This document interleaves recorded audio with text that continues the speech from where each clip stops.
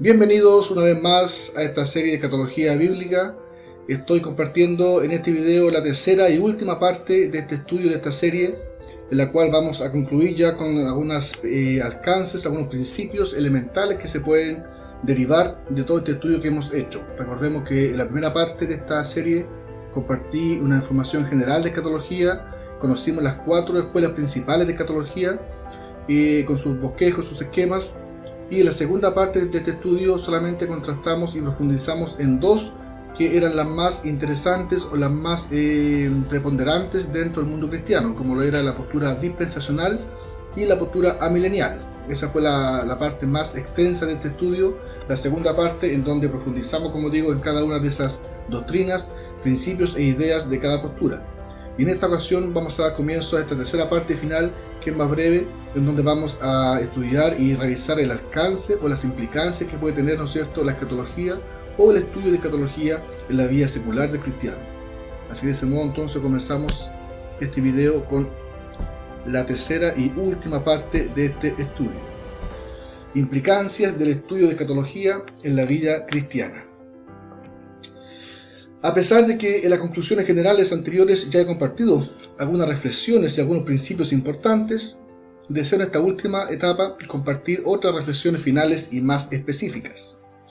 Esto en relación al alcance que puede tener en nuestras vidas como cristianos el adoptar una interpretación bíblica específica.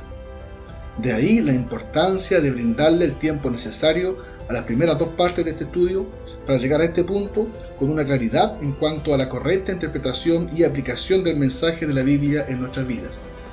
Para eso quiero enfocarme en 2 puntos, como lo es, lo primero, ya se han analizado los perjuicios y riesgos de optar por una interpretación literal de la Biblia o de la Escritura. Cristo mismo aludió a este error constante de los judíos en su tiempo, y creo que quedó en su palabra para advertir a muchos cristianos de este tiempo que caen en el mismo error. Los judíos y fariseos creían estar cumpliendo la voluntad de Dios y guardando sus mandamientos. Sin embargo, su limitada visión o forma de interpretar la ley les impidió reconocer al Mesías. A pesar de este gran antecedente en la historia, creo que gran parte de la iglesia hoy está en el mismo error. Debido a mantener una interpretación literal, sobre todo las profecías, se ha llegado a interpretaciones que postergan muchas de las promesas de la Escritura. Quizá muchos cristianos estemos esperando aún el cumplimiento de muchas promesas y bendiciones sin darnos cuenta que ya están siendo cumplidas en medio nuestro. Al igual que los judíos, que esperaban la llegada de su Mesías y el reino de Dios, mientras Cristo se paseaba entre ellos. Y el segundo punto, que también es bastante gatillante, y quiero enfocarme mucho en este segundo punto, que es el Antiguo Testamento como sombra del Nuevo Testamento. Y es un principio para mí bastante elemental, y a pesar de que en esta tercera parte voy a compartir algunos temas, doctrinas o prácticas en la iglesia hoy en día bastante común, bastante populares, de las cuales también hay muchos videos en YouTube que también argumentan muy bien, basados en la Biblia, ¿no es cierto?, muchas de estas prácticas. Pero yo quiero especialmente enfocarme en este punto, del cual también se extrae, ¿no es cierto?, de lo que es escatología, todo lo que hemos estudiado, para poder darle fundamento y este enfoque principal a estas prácticas y doctrinas. Me refiero, ¿no es cierto?, a la idea de que el Antiguo Testamento era la sombra del Nuevo Testamento.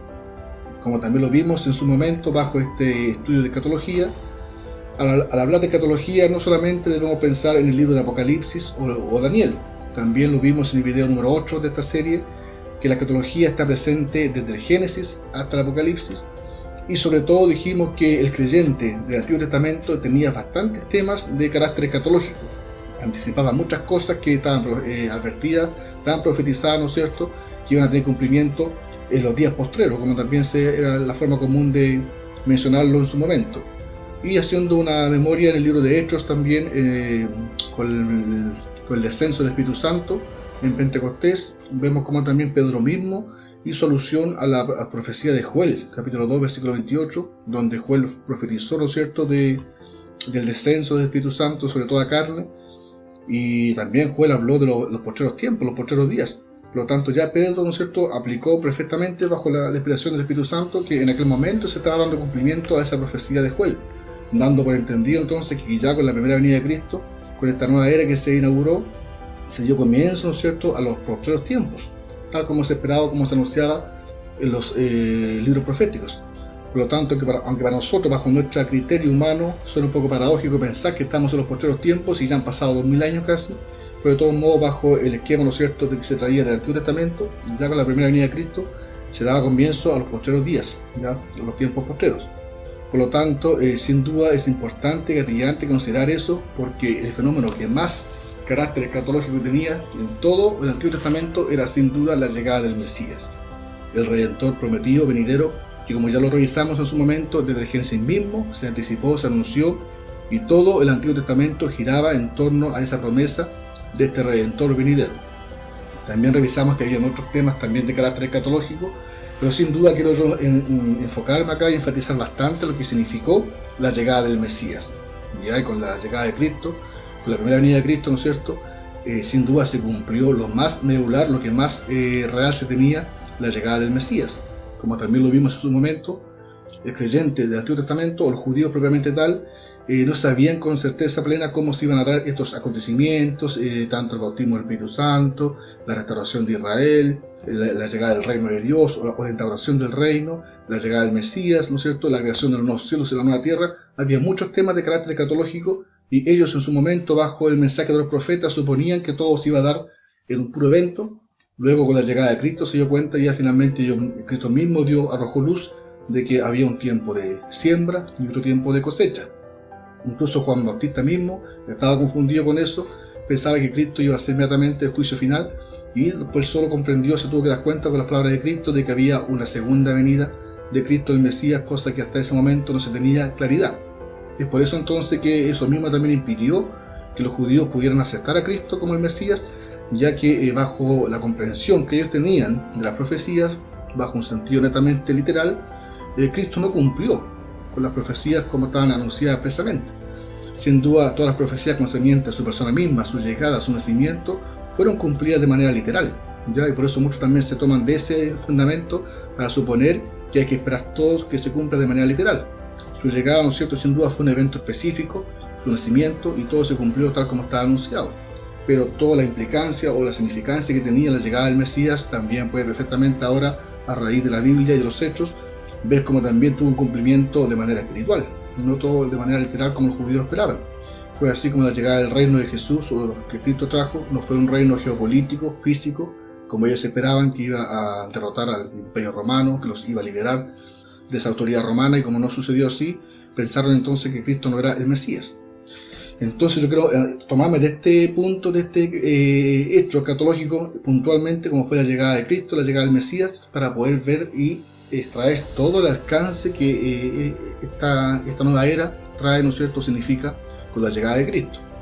Por eso entonces este segundo punto para mí es bastante gatillante y decidor, a pesar de, como dije, que también los temas que voy a analizar acá o presentar ciertas prácticas, doctrinas de la iglesia hoy en día, también tienen fundamento bíblico para poder, ¿no es cierto?, llegar a una luz, a una realidad con respecto a eso, pero también quiero yo enfatizar sobre todo lo que significa la llegada del Mesías y la nueva era o el nuevo pacto que se forma con él.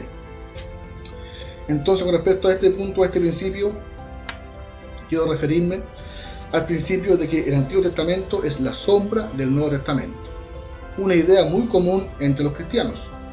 Sin embargo, no siempre se comprende o acepta el alcance de ello. Todo lo figurado en el Antiguo Testamento tiene su cumplimiento en el Nuevo Testamento. Esta idea incluso la tenía en lo personal antes de iniciar este estudio en profundidad, y al haber analizado ciertos temas y doctrinas, no hago más que confirmarlo. Es la misma Biblia que le entrega este principio.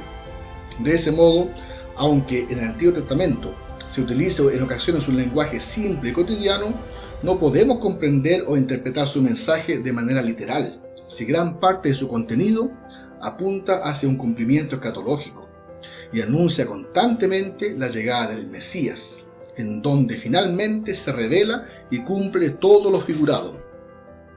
Creo que la mayoría de los cristianos no tienen inconveniente en aceptar que todo lo concerniente a los sacrificios exigidos por la ley a Israel para expiar los pecados del pueblo no hacían más que anticipar o prefigurar el sacrificio mayor y único del Mesías en la cruz para redimir los pecados del mundo. Esta anticipación la observamos inclusive antes de la ley, en el Edén mismo, Desde la caída, Adán y Eva intentaron justificarse por su cuenta, tejiendo hojas para cubrirse. Dios demostró que los méritos del hombre nunca serán suficientes ni válidos para cubrir su pecado. De ese modo enseñó al hombre la necesidad de un sacrificio mayor para proveerles vestimentas adecuadas y suficientes. Y el principio que sin derramamiento de sangre no puede haber remisión de pecado. Porque así leemos: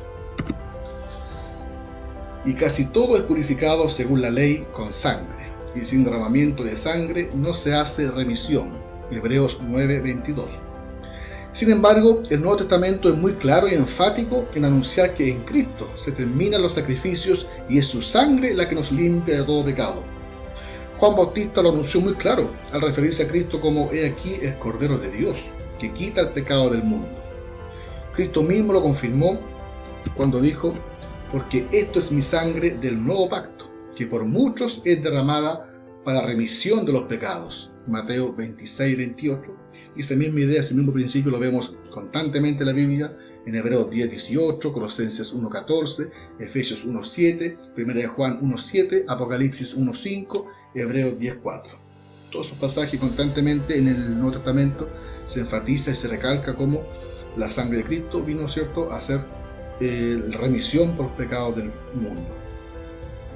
Creo que aunque por la superficie esto sea fácil de comprender y asimilar, su real significado o implicancia tiene una envergadura mayor, la cual no siempre se comprende del todo. Cristo no solo vino a reemplazar los sacrificios de animales ofrecidos por la ley para ofrecerse a sí mismo como sacrificio, vino para hacer todas las cosas nuevas, vino para reconciliar la raza humana con el Creador. Si en el Antiguo Testamento Dios se revelaba solo a Israel y trataba solo con un pueblo, por quien realizaría su plan de redención y protegiendo el linaje desde donde vendría el Redentor prometido, dejando al resto de las naciones en tinieblas, en potestad de Satanás y sus engaños, entre paréntesis, no cerrando del todo la puerta para los gentiles que voluntariamente decidieron seguirle, uniéndose a Israel.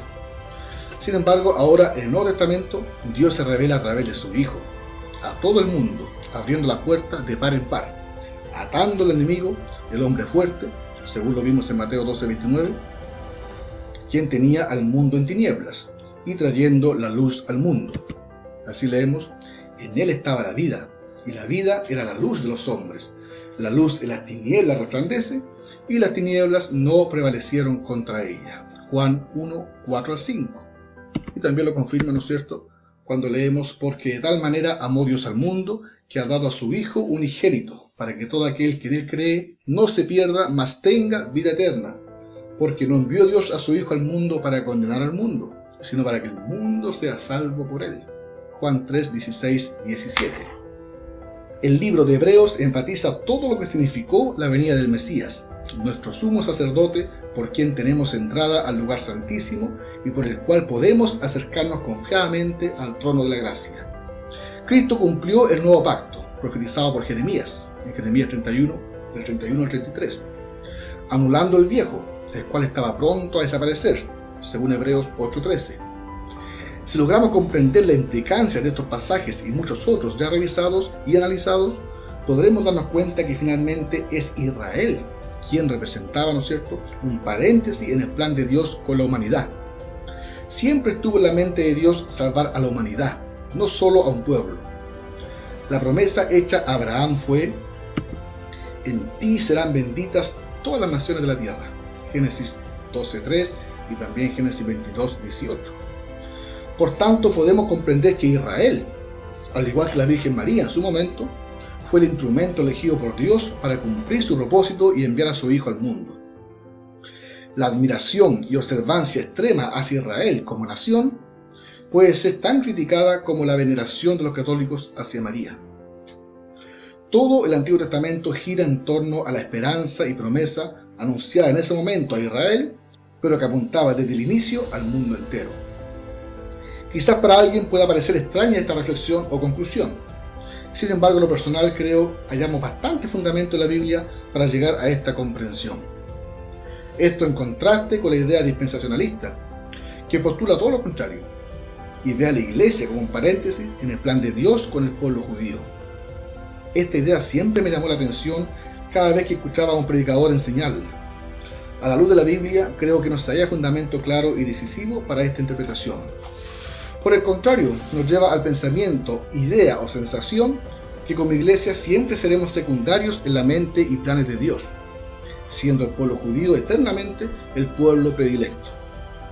Al persistir en esto y no lograr dimensionar la totalidad de la obra de Cristo, algunos cristianos se muestran incluso preocupados por guardar ciertos mandatos de la ley dada a los judíos y queriendo darle validez aún después de la obra de Cristo, aplicándola en la iglesia. Creo que esto representa no solo un error de comprensión o interpretación, sino también una afrenta a la obra de Cristo en el nuevo pacto, desvalorizando o menospreciando su redención. Porque todos los que dependen de las obras de la ley están bajo maldición. Pues escrito está: maldito todo aquel que no permaneciere en todas las cosas escritas en el libro de la ley para hacerlas. Y que por la ley ninguno se justifica para con Dios es evidente, porque el justo por la fe vivirá. Cristo nos redimió de la maldición de la ley, hecho por nosotros maldición. Pero antes que viniese la fe, estábamos confinados bajo la ley, encerrados para aquella fe que iba a ser revelada. De manera que la ley ha sido nuestro ayo, persona que se encarga del cuidado de los niños, para llevarnos a Cristo, a fin de que fuésemos justificados por la fe. Pero venía la fe, ya no estamos bajo ayo, pues todos sois hijos de Dios por la fe en Cristo Jesús. Porque todos los que habéis sido bautizados en Cristo, de Cristo estáis revestidos. Ya no hay judío ni griego. El concepto griego acá significa gentil. No hay esclavo ni libre, no hay varón ni mujer, porque todos vosotros sois uno en Cristo Jesús. Y si vosotros sois de Cristo, ciertamente linaje de Abraham sois y herederos según la promesa. Gálatas 3, del 10 al 29. Muchos persistiendo en mezclar elementos de ambos pactos, esto por conservar la literalidad en el texto del Antiguo Testamento y aplicarlo al Nuevo Testamento, pasan por alto pasajes como estos tan claros. Cuando los fariseos insistían en aferrarse a la ley, estando el Mesías prometido ya entre ellos, Jesús en una ocasión les corrige diciendo: nadie corta un pedazo de un vestido nuevo y lo pone en un vestido viejo, pues si lo hace, no solamente rompe el nuevo, sino que el remiendo sacado de él no armoniza con el viejo. Lucas 5:36. Viviendo en el nuevo pacto, queremos persistir en las prácticas del antiguo pacto, el cual ya desapareció con la llegada del Mesías. En pasajes como el citado de Gálatas, entre otros que presentaré con posteridad, encontramos una implicancia muy significativa. Esto tiene un alcance que provoca el replantearnos ciertas doctrinas y tradiciones en la Iglesia que históricamente han sido motivo de controversia, diferencias, discusiones y divisiones incluso. Entre ellas podemos mencionar el diezmo, el bautismo en agua, la presentación de niños. Voy en esta ocasión solamente a referirme puntualmente a la práctica o la doctrina del diezmo, y en los siguientes videos voy a analizar también lo que es el bautismo en agua y la presentación de niños. Bien, consciente de lo polémico que puede resultar este tema del diezmo, para muchos cristianos, creo que a la luz de la palabra hay que vencer el miedo y prejuicios al respecto. No hay tema, por muy complicado o delicado que parezca, que no se pueda abordar desde una perspectiva plenamente bíblica.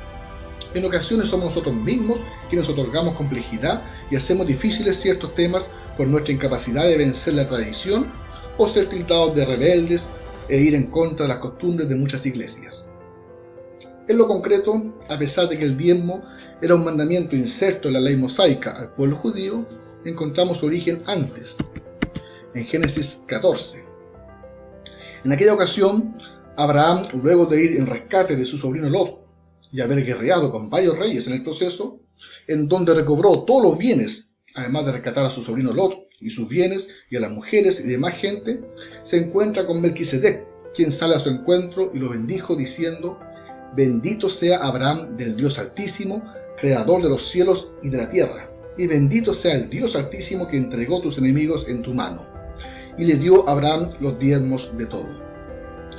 Es la primera vez que vemos en la Biblia la entrega de un diezmo, lo cual ha sido utilizado como argumento por algunos para sostener que esto fue antes de la ley, por tanto debe tener aún vigencia. Sin embargo, hay que considerar algunas cosas. Primero, la Biblia nos señala que antes de aquel episodio Abraham hubiera dado diezmos. Del mismo modo, tampoco se halla nada en relación a que después de aquel suceso lo siguiera haciendo. Más bien se ve que fue un hecho puntual y aislado en la vida de Abraham.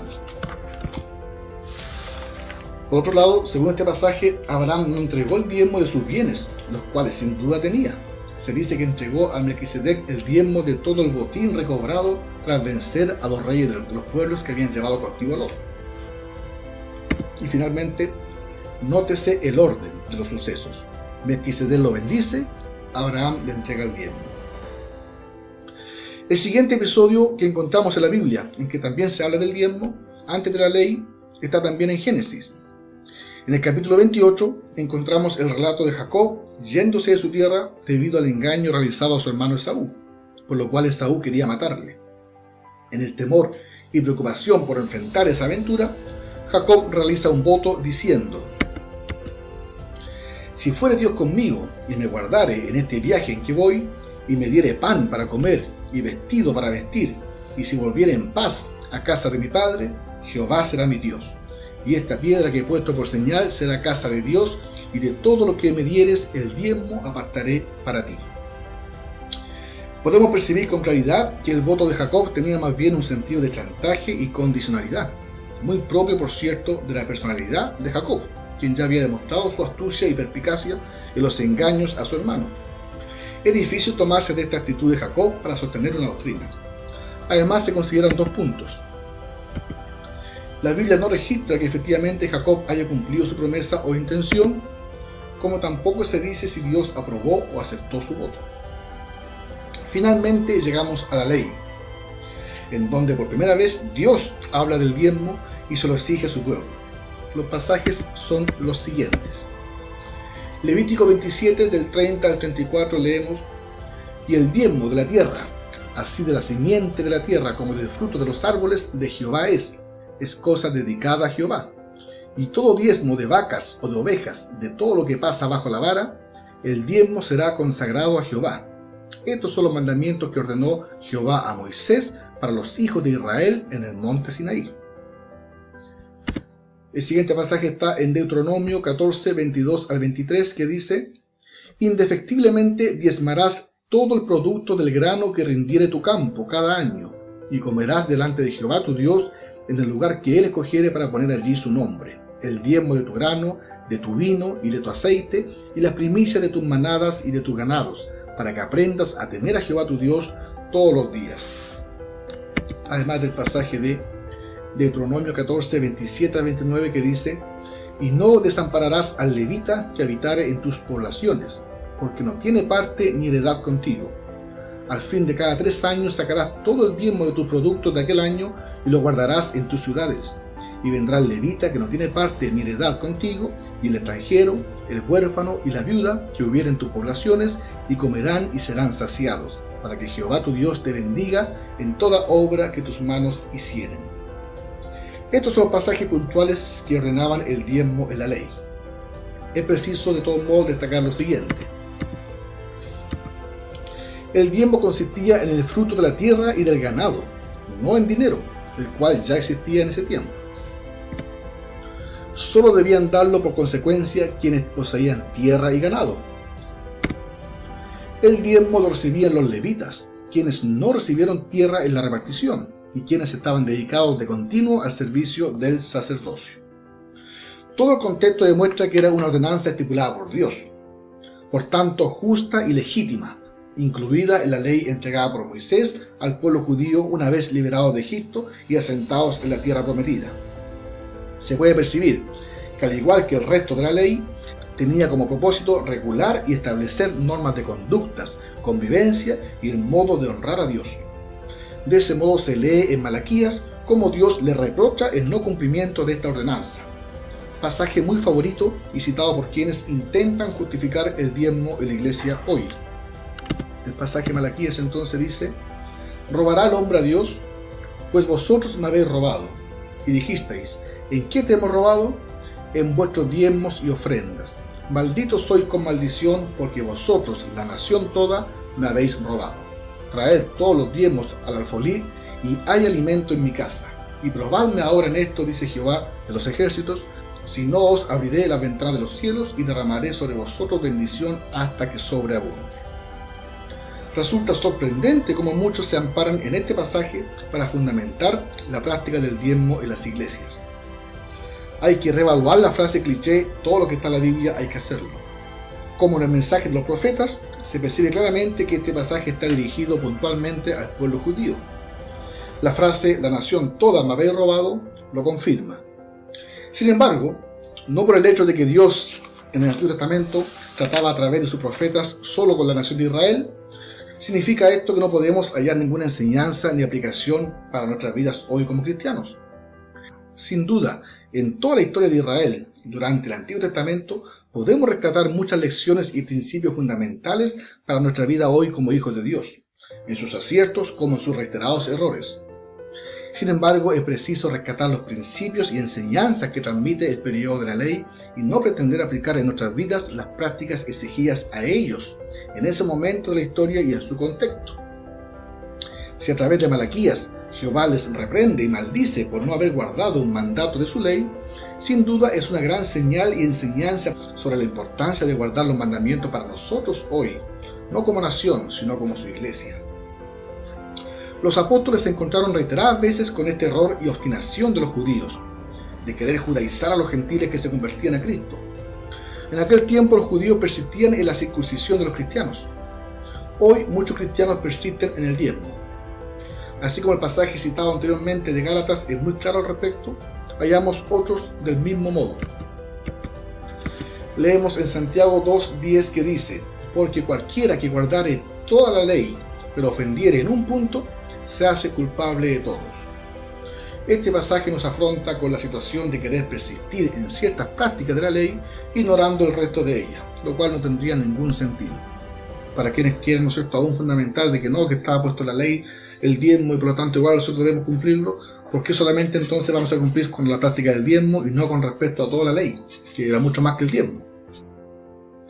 También tenemos el pasaje de Gálatas 3:1-3 que dice: oh Gálatas insensatos, ¿quién os fascinó para no obedecer a la verdad?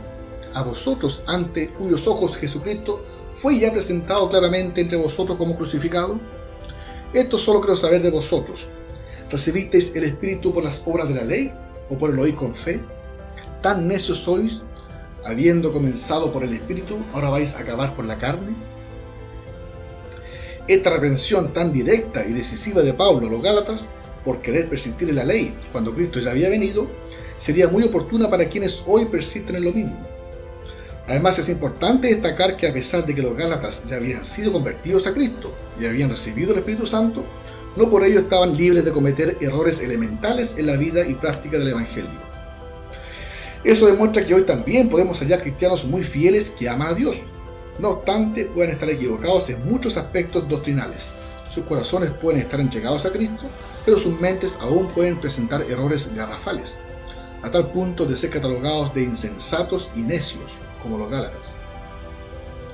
Por lo demás, si se persiste en guardar ciertos mandamientos o prácticas de la ley literalmente, hay que considerar que cada 7 años la tierra debía reposar.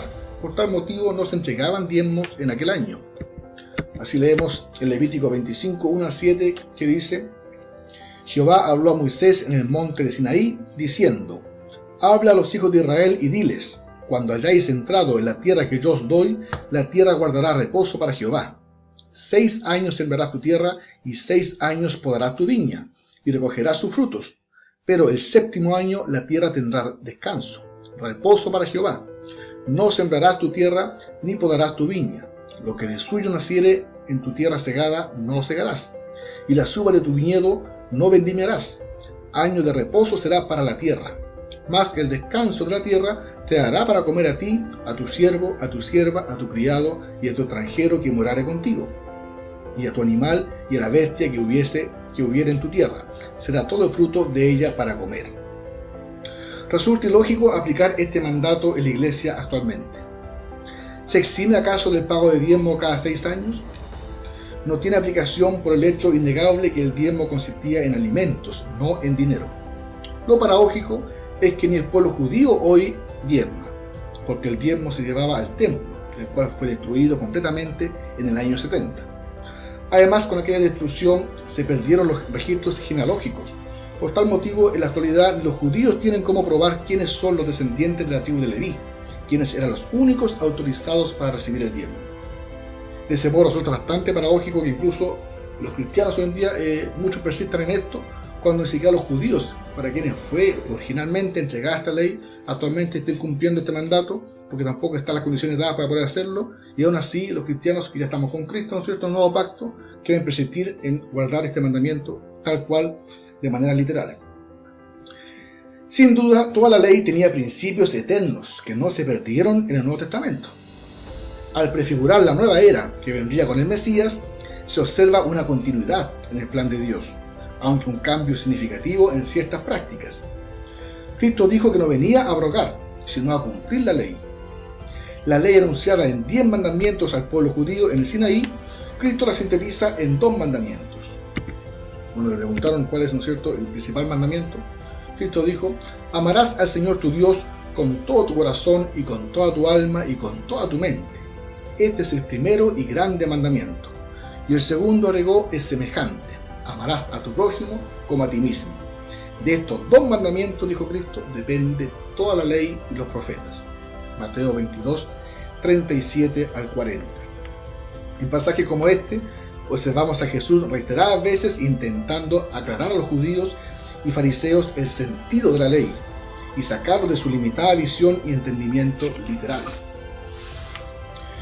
Finalmente, el argumento utilizado comúnmente para justificar el diezmo de la Iglesia se halla en la necesidad de sostener la obra, los gastos propios de la Iglesia en el templo, como el sustento del pastor local.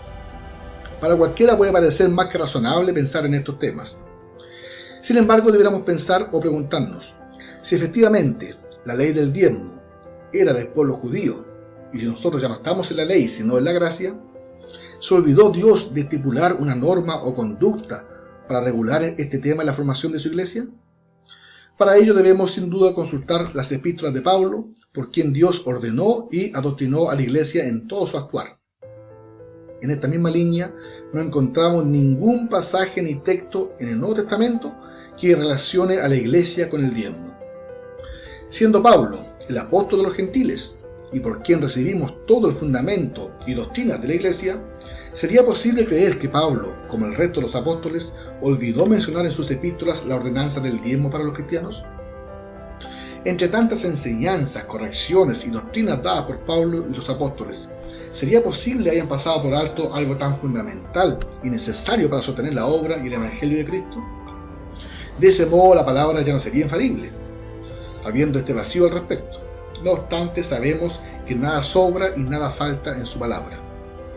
Si dentro de la transición del Antiguo al Nuevo Testamento, si con la llegada del Mesías y el comienzo de la nueva era, hubiera habido necesidad de conservar puntualmente algún mandamiento en específico, creo sin duda habría quedado expresado claramente en su palabra. Si esta ordenanza fuera el diezmo, estoy convencido que Pablo lo hubiera estipulado claramente.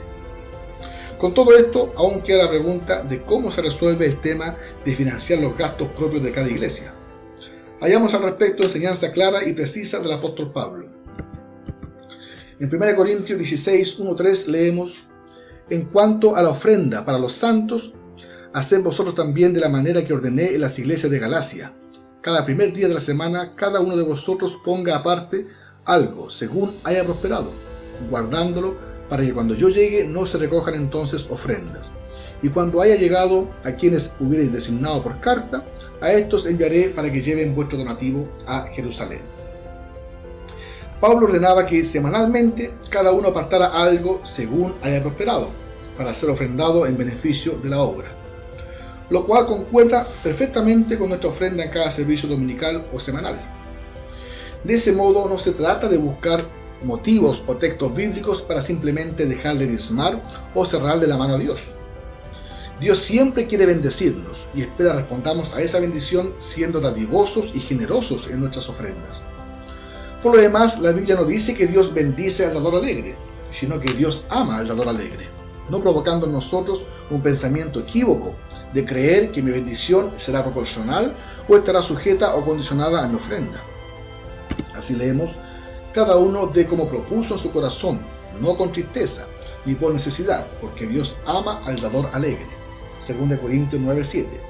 Recordando lo que mencionamos al principio con respecto al ejemplo de Abraham con Melquisedec.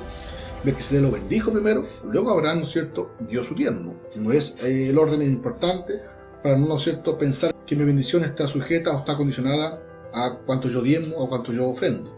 O incluso para no caer en el error de yo querer ofrendar o diezmar para que Dios me bendiga. Alguien puede aún pensar que con las ofrendas recibidas en cada servicio no sería suficiente para costear los gastos de la iglesia como el sustento del pastor. Bien, al respecto creo que bajo la proporción que manejamos actualmente, según la situación y realidad de la iglesia, podemos pensar de ese modo.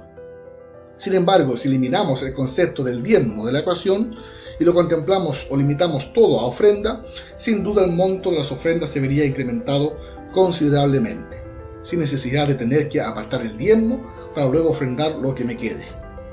No olvidemos que Pablo fue claro al decir: según haya prosperado. Creo que de haber dado continuidad a la ley del diezmo, este era el pasaje ideal para que Pablo hubiese enseñado: cada primer día de la semana cada uno de vosotros ponga aparte el diezmo, guardándolo para que cuando yo llegue no se recojan entonces ofrendas. No obstante, sus palabras son claras: según haya prosperado. De tal modo, no estamos obligados ni sujetos a dar el 10% de nuestros ingresos. Quien padezca de ambición o egoísmo no dará diezmo ni ofrenda en cualquier situación. Quien sea agradecido de Dios no necesitará un monto específico para dar. Por tal razón, si en algún momento Dios me permite mayor prosperidad y siento ofrendar el 15, 20, 30% o más, no tengo impedimento alguno. Del mismo modo, si en algún momento puedo ofrendar el 5, 2 o 1%, no tengo impedimento alguno. Dios conoce la situación y el corazón de cada uno. Jesús enseñó aquello con la ofrenda de la viuda, realzando no la cantidad, sino la intención del corazón. Por tanto, en lugar de verme obligado a apartar el 10% en concepto de diezmo, luego verme quizás impedido de poder ofrendar más de lo que quisiera, podría distribuir de mejor manera todo lo que me he propuesto ofrendar a Dios en una sola instancia. Quizás alguien pueda aún pensar que de ese modo se corre el riesgo de no alcanzar a suplir el sustento del pastor. Tenemos información oportuna en la Biblia para ello, comenzando por Jesús mismo. Nunca lo vimos cobrando o recibiendo diezmos. Su ministerio se sostuvo solo por las ofrendas de algunos seguidores. Así leemos en Lucas 8, del 1 al 3, que dice: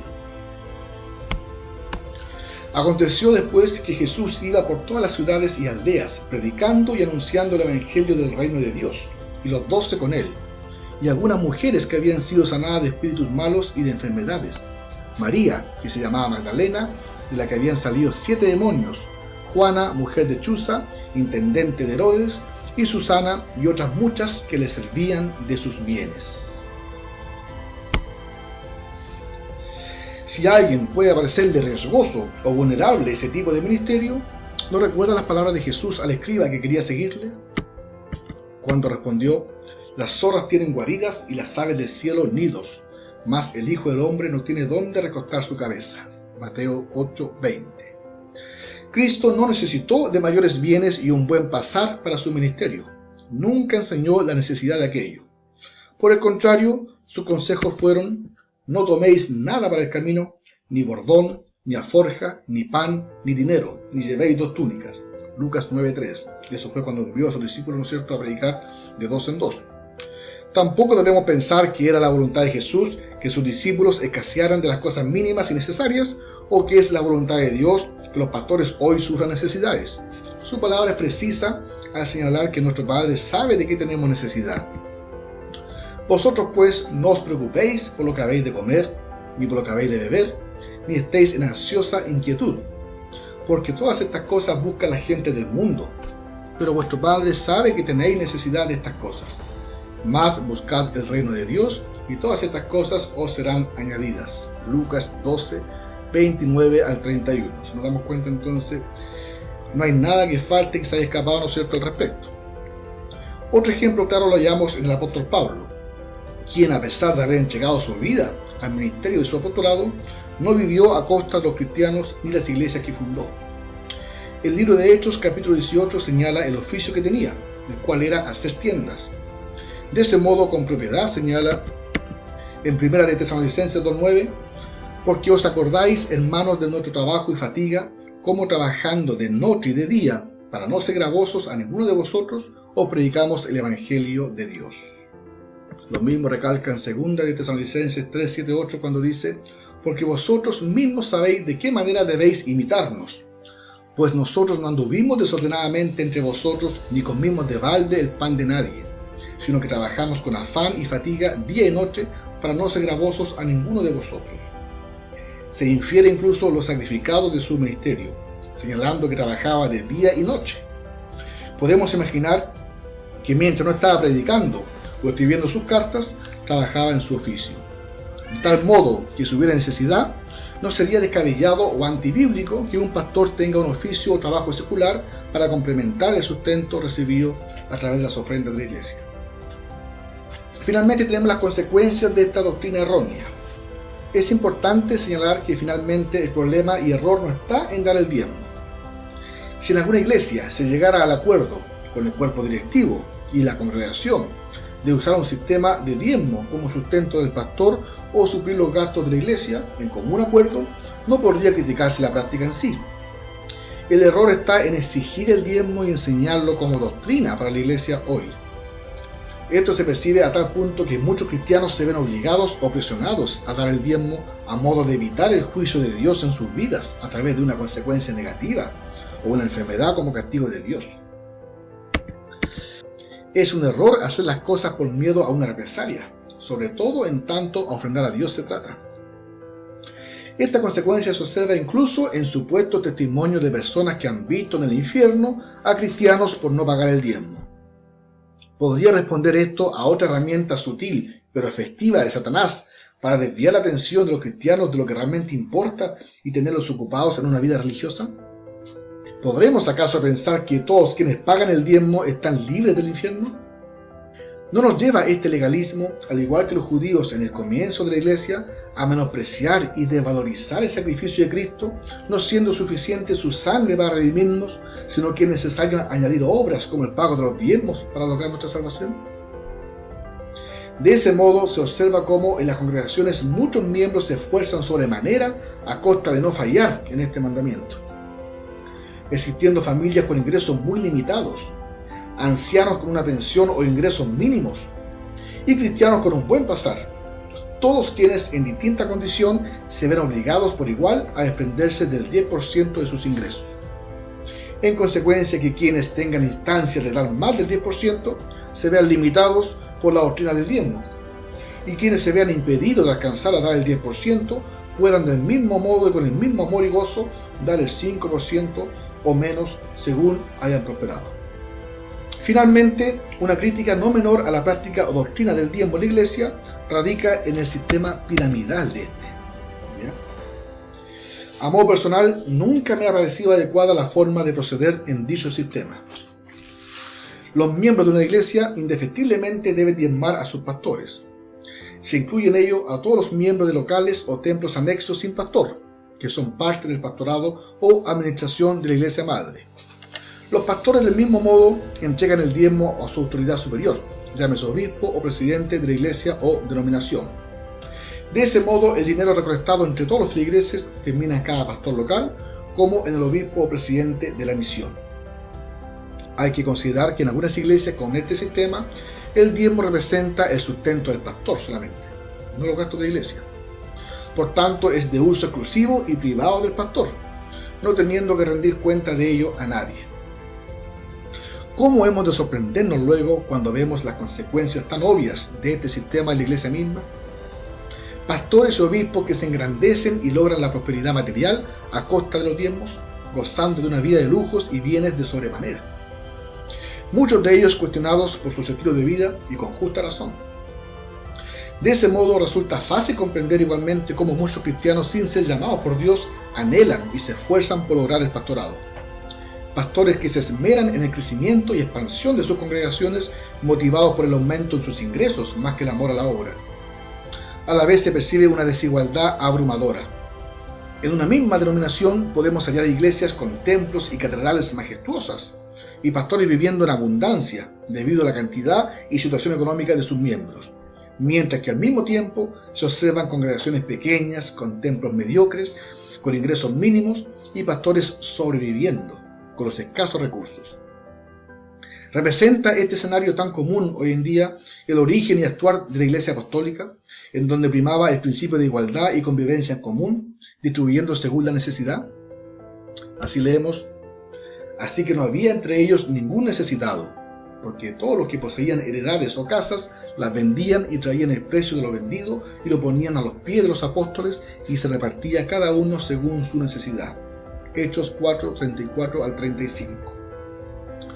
No tenemos que pensar hoy en vender nuestras casas o bienes para darlo a la iglesia, pero sin duda el principio de administrar de manera justa y equitativa nuestras ofrendas dista mucho de este ejemplo.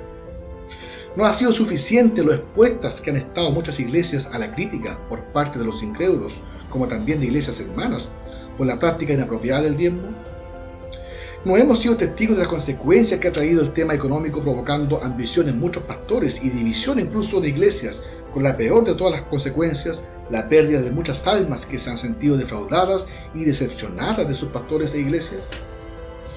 ¿No nos dice su palabra: porque raíz de todos los males es el amor al dinero, el cual codiciando algunos se extraviaron de la fe y fueron traspasados de muchos dolores? 1 Timoteo 6:10. Muchos intentan eximirse de esta responsabilidad argumentando: yo cumplo con Dios al entregarlo, lo que el pastor haga con él es tema suyo. ¿No nos hacemos cómplices de este error al ser parte del sistema y en cierto modo avalar situaciones de desigualdad e injusticias, como fomentar la ambición de algunos pastores? Se critica mucho a distintas iglesias por diversos motivos. Una de ellas es la Iglesia de Jesucristo y de los Santos de los Últimos Días, conocida popularmente como los mormones, catalogada incluso como secta. Sin embargo, es ejemplar su sistema de finanzas o administración, al punto que la vemos representada en muchos lugares, grandes ciudades como pueblos pequeños, con templos de similar envergadura e infraestructura, demostrando una correcta administración en los bienes y recursos. A eso me refiero, que independiente que si una iglesia decide trabajar con el sistema de diezmo, por lo menos, ¿no es cierto?, que se administre de manera equitativa los gastos o las finanzas de la iglesia. Del mismo modo, existen muchas iglesias que no funcionan con la doctrina del diezmo y no han tenido impedimento en trabajar y crecer igualmente, lo que demuestra que el diezmo no es la única alternativa de financiar una obra. Finalmente, quiero terminar con las palabras de Jesús, que son muy precisas y decidoras en relación al pastor asalariado. No es extraño percibir en ocasiones a pastores motivados por otros intereses en la iglesia, y ante alguna adversidad o inconveniente no dudan en dejarlo todo, no importando las consecuencias en los miembros de la iglesia. En Juan 10, 11 al 13, Jesús dijo: yo soy el buen pastor. El buen pastor su vida da por las ovejas. Mas el asalariado, y que no es el pastor, de quien no son propias las ovejas, ve venir al lobo y deja las ovejas y huye. Y el lobo arrebata las ovejas y las dispersa. Así que el asalariado huye porque es asalariado y no le importan las ovejas. No se critica que dentro de las ofrendas recolectadas en la iglesia se considere el sustento del pastor. La crítica está en la mala administración de las finanzas sustentada en la doctrina del diezmo, provocando en ocasiones el desvío en la vocación de muchos pastores. De esta manera entonces terminamos este primer video de esta tercera parte con lo que es la práctica o el análisis a la doctrina del diezmo. A modo entonces de sintetizar lo que hemos visto hoy día, como dije, estoy enmarcando esto en lo que significa la comprensión y aceptación del tiempo que estamos viviendo ahora en el Nuevo Testamento con la llegada del Mesías. Sin duda, como dijimos, había muchos sucesos escatológicos anunciados, pero el más principal, el más enfático que se cumplió fue la llegada del Mesías, ¿ya? Y eso no solamente, como dijimos, vino a ofrecerse como sacrificio en reemplazo de los animales, sino que también Cristo vino a hacer todas las cosas nuevas y con él se cumplió todo lo que la ley decía.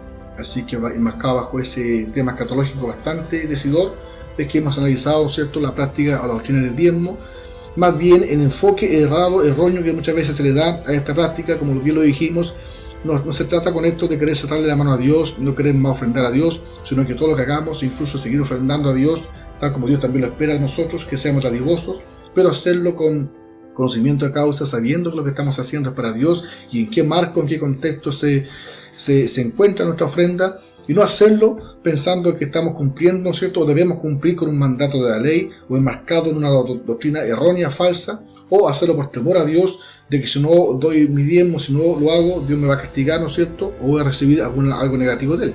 Así que esa mala doctrina es lo que se critica que se enseña hoy en día o se intenta aplicar como un mandamiento de Dios para la iglesia hoy en día, cosa que escapa claramente de lo que la Biblia enseña. Así que no se trata, como digo, de poder buscar pasajes o textos bíblicos para poder cerrarle la mano a Dios, sino más bien comprender el tiempo que estamos viviendo y todo lo que hagamos, como decía Pablo, hacerlo como para el Señor. Por lo tanto, si voy a ofrendar, también sé generoso, pero como también Pablo lo enseñó, según Dios me ha permitido prosperar, de ese modo también yo voy a ofrendar a Dios, con amor, con gratitud, no pensando en la cantidad, sino, ¿no es cierto?, en la intención del corazón.